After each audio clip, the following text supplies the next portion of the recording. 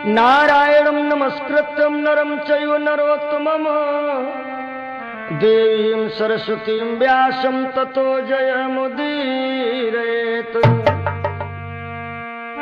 33 कोटि देव और ऋषि 88 सहस्र सीताराम चरण कमल मस्तक नवाता हूँ। भरत लखन रिपुसूदन हनुमंत लाल पावन पदार बिंदु मन में मनाता हूँ। शंकर शिवा के पद बंदन कर बार बार गणपति खजानन के चरण चितलाता हूँ। भाग के किशोर दुज दीजिए आशीष सब एते समय प्रेममयी वंदना सुनाता हूँ। श्रोताओं, हम ये रहस्यमयी चर्चा आप लोगों के समक्ष रख रहा हूँ। मोर मोरनी की कथा, यानी कि ये मोर मोरनी राष्ट्रीय पक्षी पूर्व जन्म में कौन थे, आइए सुनिए इस छोटे से कथानक के माध्यम से। प्रथम सुमिर गुरुदेव को धर गणपति का ध्यान, मोर मोरनी की कथा का करता मैं गान। धर्मध्वज का पुत्र था गुड़ी और बलवान, नई उम्र थी लाल की धर्मवीर था नाम। के घूमत फिरत विपिन एक बारा,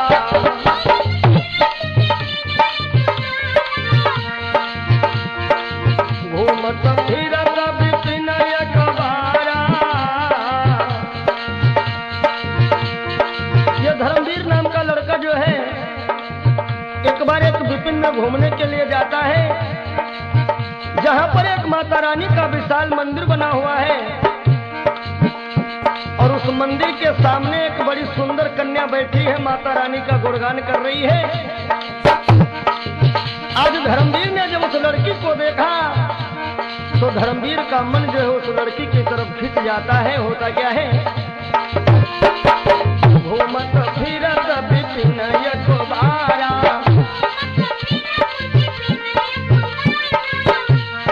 घूमत फिरत विपिन एक बारा। उस कन्या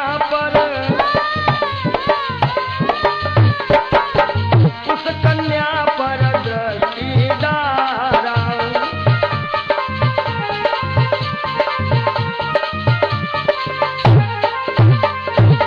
आज धर्मवीर जब उस लड़की को देखता है उसके ऊपर इतना आसक्त होता है, काहे के जिस चंद्रवती की चंद्र घटा चांद को चकित कर जाती थी, जिस चंद्रवती की चंद्र घटा चांद को चकित कर जाती थी, मानो मुख की उजली शोभा विजली का मान घटाती थी।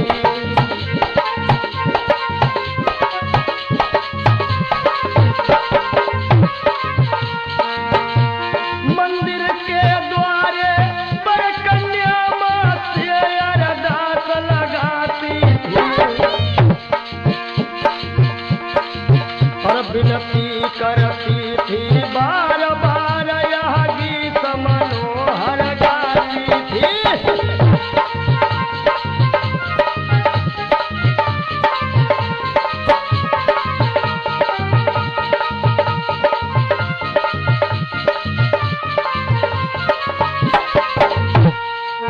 आज वो लड़की माता रानी के भवन में बैठी हुई मैया रानी से अरदास कर रही है और बिनती मेरी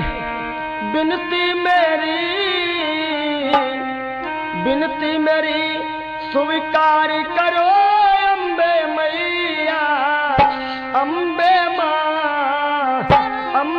माँ मेरी माँ शेरा वाली, भर दे झोली खाली मेरी माँ शेरा वाली।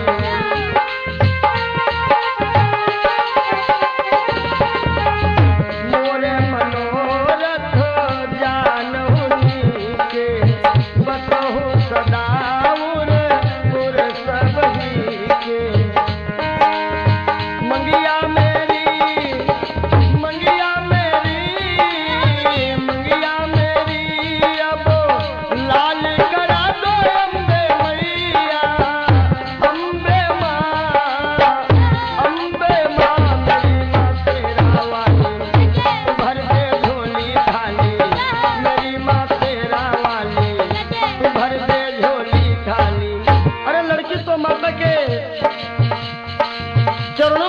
मन को लगाए ध्यान कर रही है। देखिए ईश्वर की लीला कैसी होती है। ईश्वर ने यह खेल रचाया,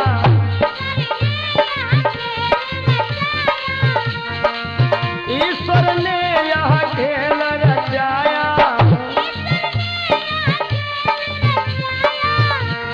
भैया राम जी, ईश्वर ने ये खेल रचाया, लड़के का मन,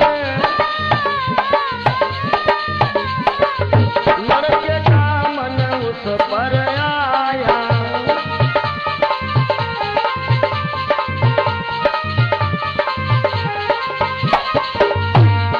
हालांकि लड़का तो अनजान है, कोई परिचय नहीं है लड़की से, लेकिन आज उस लड़की से इस लड़के को इतना प्रेम हो गया है।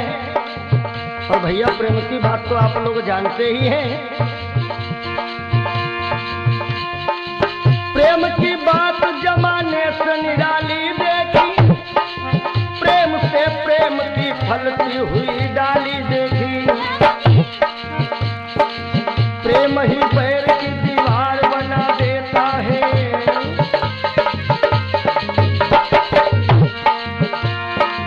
प्रेम ही पैर की दीवार बना देता है, और प्रेम पत्थर को भी भगवान बना देता है। क्योंकि बताया गया है, भूख न जाने जूठा भात, नींद न जाने टूटी घाट।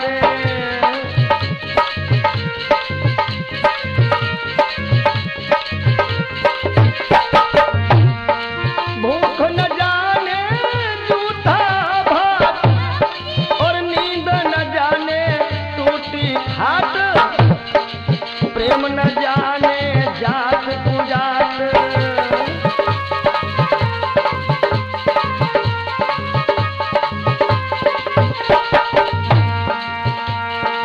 धर्मवीर की मति बोराई, माता से यह तेर लगाई।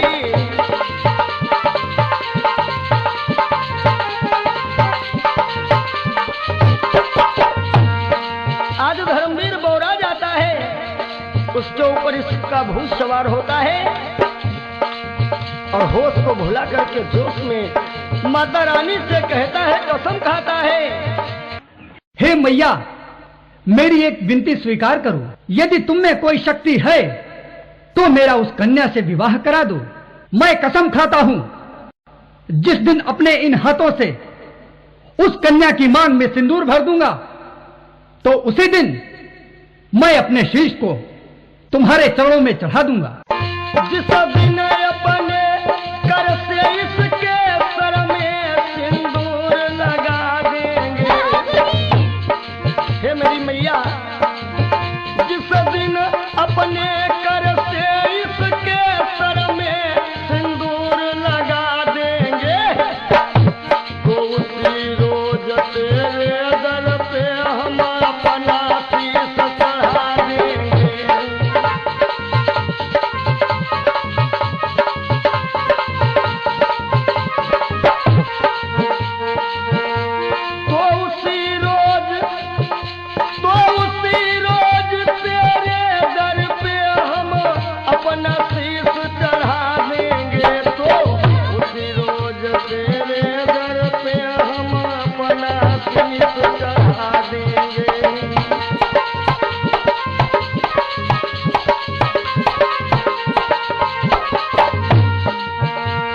आज इतना कह करके ये लड़का जो रहा अपने घर चला आता है।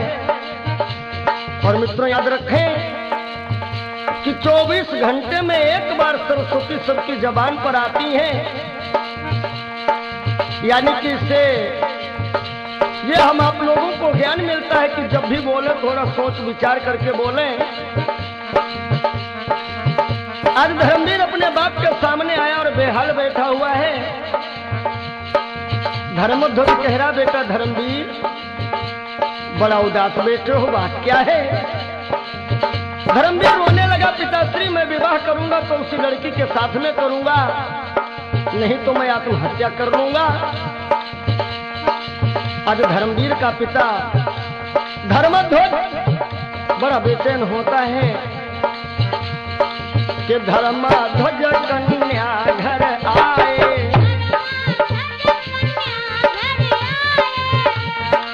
धर्मध्वज कन्या घर आए। जय भैया, धर्मध्वज कन्या घर आए, लगन तो लगन तो शादी करवाए।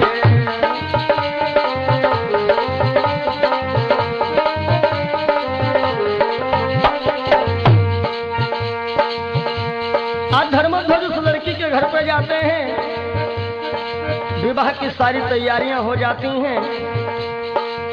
बड़ा धूमधाम के साथ में धर्मध्वज और उस लड़की के बाप ने परस्पर सीने से सीना लगा करके समधि संबंधी वाला पूरा रूप अपनाते हैं। आज विधि विधान के साथ में इस लड़की का विवाह संपन्न होता है।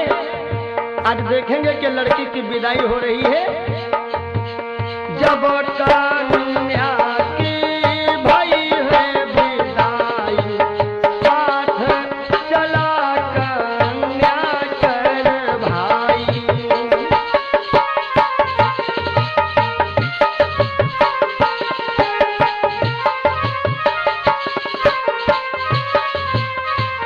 आज ये लड़की की विदाई हुई, लड़की का भाई भी साथ में चलने लगा।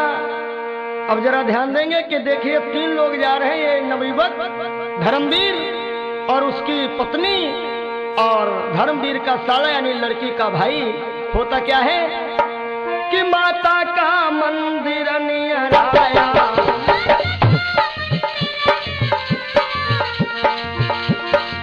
माता का मंदिर नियर आया और धर्मवीर नहीं शीश झुकाया।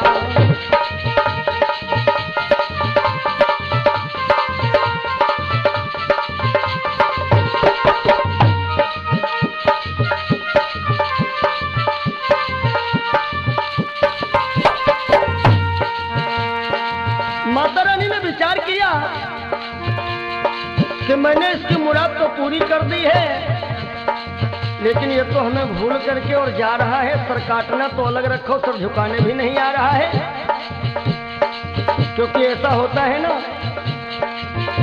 अरे राजा जोगी अग्नि जल इनकी उलटी रीति, राजा जोगी अग्नि जल इनकी उल्टी रीति यानी मतलब निकल गया, पहचानते नहीं। आज माता ने विचार किया कि हो सकता है धर्मवीर ने अपनी पत्नी का भी मुंह नहीं देखा है, क्योंकि लंबे घूंघट में थी ना। अब क्या हुआ, माता रानी ने ऐसा अपना प्रदर्शन दिखाया, बड़े जोर से एक हवा का झोंका आ गया, घट उलट गया, घूंघट पलटा, देखा गजगामिनी बैठी है। धर्मवीर ने देखा कि दुर्गा माँ के मंदिर वाली ये सुंदर कन्या बैठी है।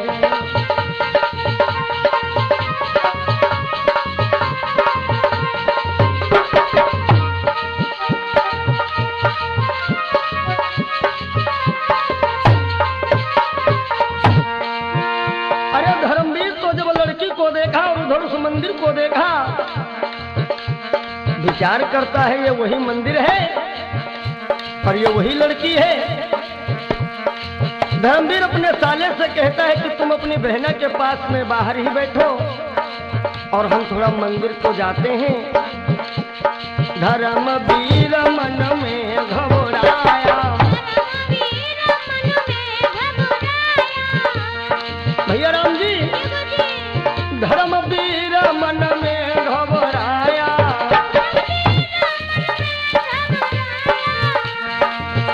अरे धर्मवीर मन में घबराया,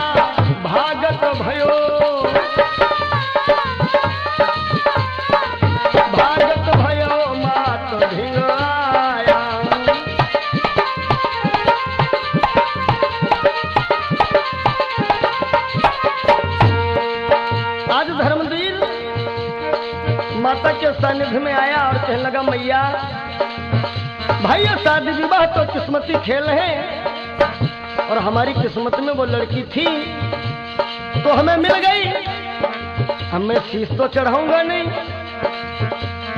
मंदिर से धमाके की आवाज आई।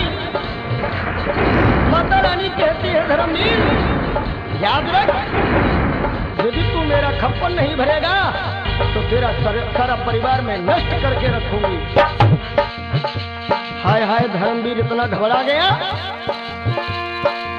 तो झट शीश काट कर धर्मवीर माता के, काट कर धर्मवीर माता के चरण में चढ़ा दिया, को लगा लिया।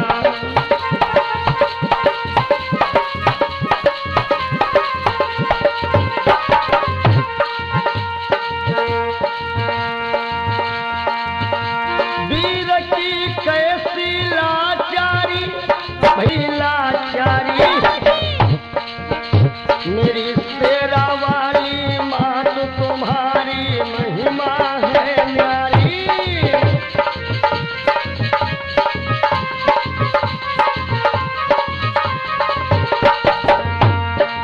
महिमा है न्यारी के मैया महिमा है न्यारी, मेरी मेहरा वाली माँ तो तुम्हारी महिमा है न्यारी।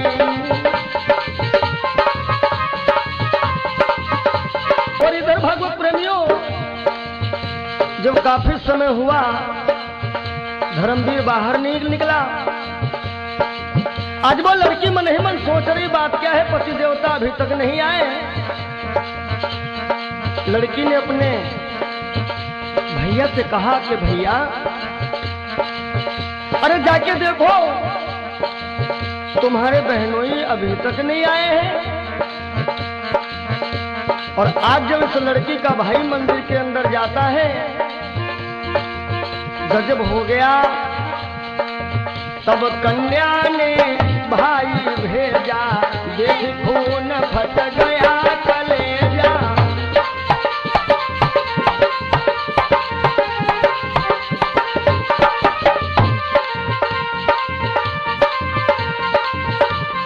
आज इस लड़की का भाई जब मंदिर में पहुंचा, देखा कि बहनोई का धड़ अलग पड़ा है और सर अलग पड़ा है।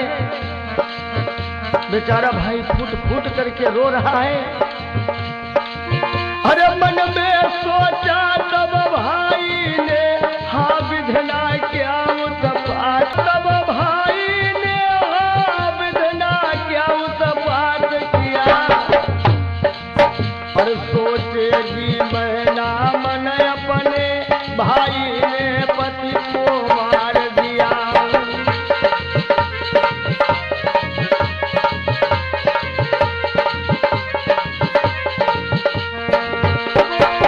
आज विचार करने लगा ये धर्मवीर का साला कि यदि मंदिर के बाहर मैं निकल रहा हूं तो बहना कहेगी कि तुमने ही अपने बहनोई का कत्ल कर दिया है।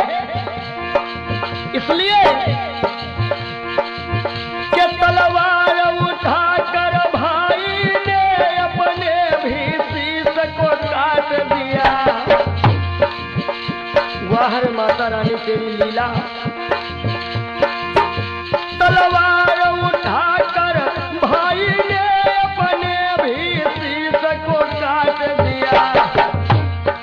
और इस लोक लाज के चक्कर में भाई भी है परलोक गया।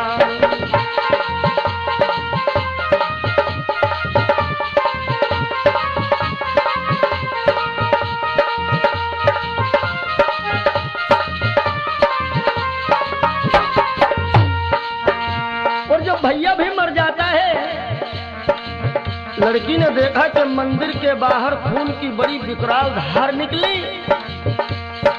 हाय हाय, लड़की घबराई और दौड़ती ही माँ के मंदिर में पहुंची, जहां पर 2 लाशें पड़ी हुई हैं। दोनों लाशों को देख करके कन्या फूट फूट करके विलाप कर रही है, रो रही कि हे मेरी मैया। माँ, हमने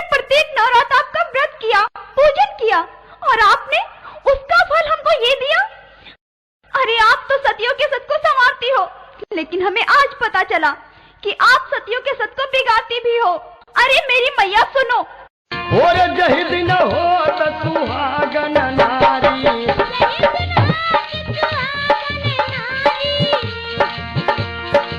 जही दिन हो त सुहागन नारी, अरे पहले पूजा करत तुम्हारी।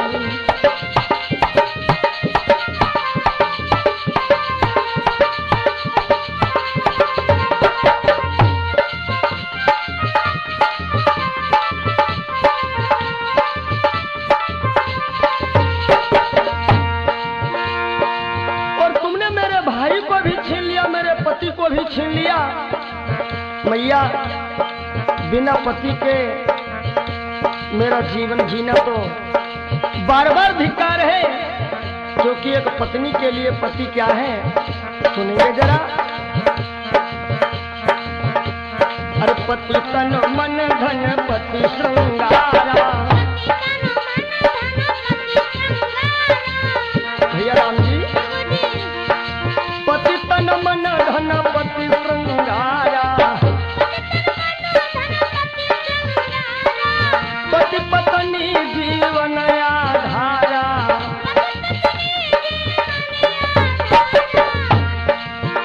और नारी धर्म व्रत देवन दूजा करहि निरंतर, करहि निरंतर पति पद पूजा।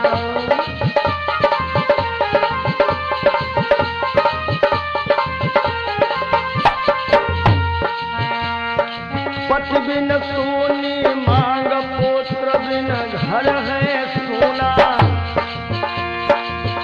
अरे पति बिन सोनी मांग पुत्र बिना घर है सोना, दो मुक्ति के द्वार दो बिन दुख है दूना।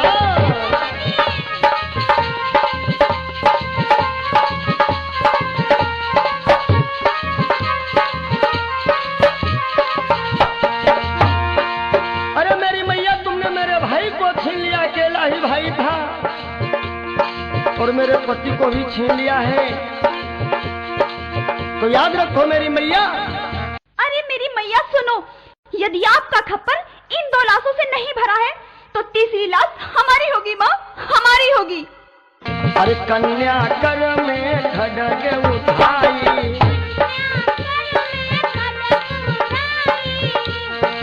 और कन्या कर में खड्ग उठाई,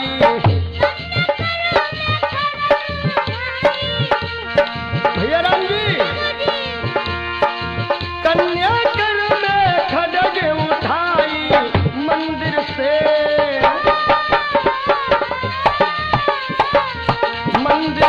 प्रगति तब माई। प्रेम से बोलो शेरा वाली मैया की, बोलो साचे दरबार की। कन्या कर में खड्ग उठाई, मंदिर से प्रगति तब माई।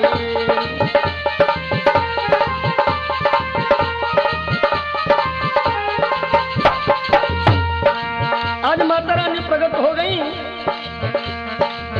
और कहती हैं, अरे कन्या, हम तुमसे अधिक प्रसन्न हैं, जो भी वरदान मांगना है वो मांग लो। आज कन्या कह रही है, मैया हमें कुछ नहीं चाहिए, हमारे पति को और हमारे भाई को जीवन दान दे दो मेरी माँ।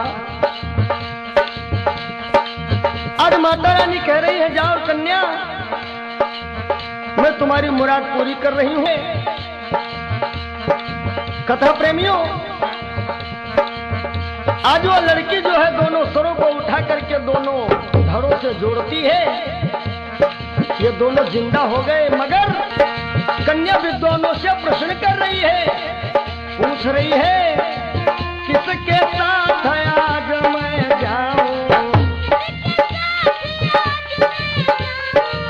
किसके साथ आज मैं जाऊं, होकर सती पुत्र मैं पाऊं।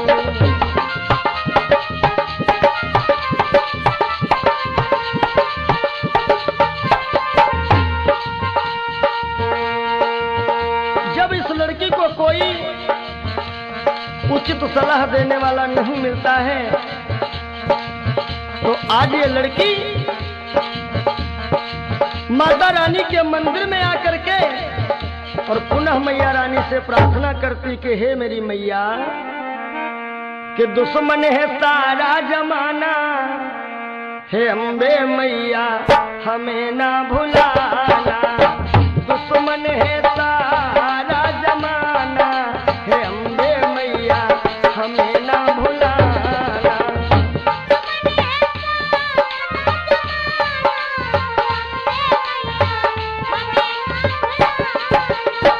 हमें ना भुलाना मैया, हमें ना भुलाना, हमें ना भुलाना मैया, हमें ना भुलाना। और मुझको अब दरस दिखाना, हे अम्बे मैया हमें ना भुलाना।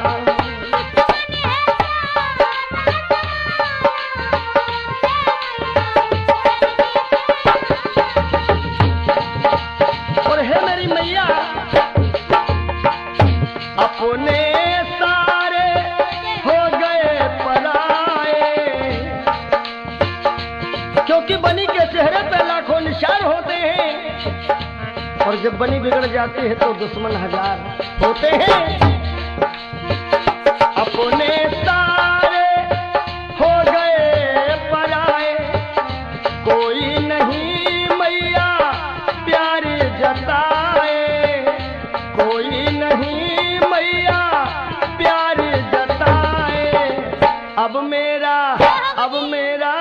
अब मेरा दुखड़ा मिटाना, हे अम्बे मैया जल्दी से आना। दुश्मन है सारा जमाना, हे अम्बे मैया हमें ना भुलाना।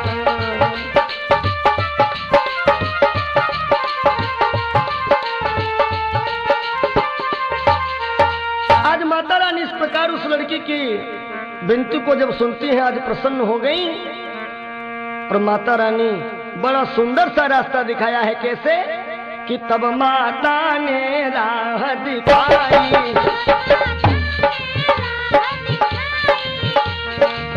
तब माता ने राह दिखाई,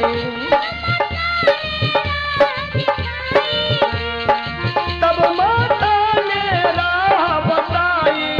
सर के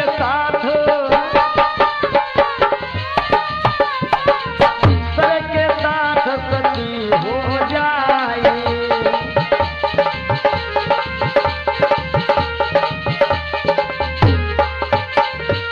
लड़की कह रही है कि हे मैया, ये बात तो आपकी सत्य है। देखिए ये नियम होता है, कोई भी नारी अपने पति के सर के साथ में सती होती है, क्योंकि सर की जो होती है ना वो पहचान होती है। लड़की कह रही मैया, सर तो पति का है, सती तो हो जाऊंगी, लेकिन शरीर तो भाई का है, मैं पुत्रवती कैसे बनूंगी। माता रानी ने कहा, पुत्रवती तू बनेगी भोग से नहीं बल्कि योग से, यानी कि शरीर से शरीर का बिना संपर्क किए हुए ही तो मां बन जाएगी। और अगले जन्म पुत्र तुम पाओ,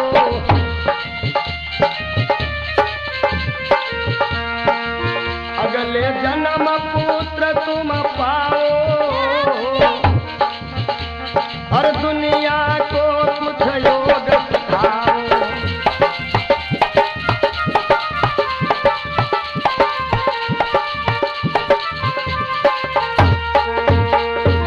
अगले जन्म में तुम माता बनोगी। मेरे कथा प्रेमियों श्रोताओं, उस लड़की ने और धर्मवीर ने अपने उस चोले को छोड़ दिया, और वही दोनों अगले जन्म में क्या होते हैं कि माता दुर्गा की कृपा से चितचोर हो गए। माता दुर्गा की कृपा से और चितचोर हो गए। अगले जन्म में मोर नियर मोर हो गए।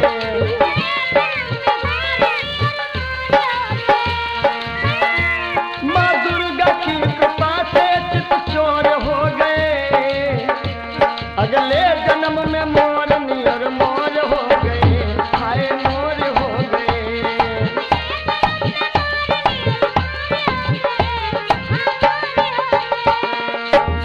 देखिए जो मोर मोरनी है,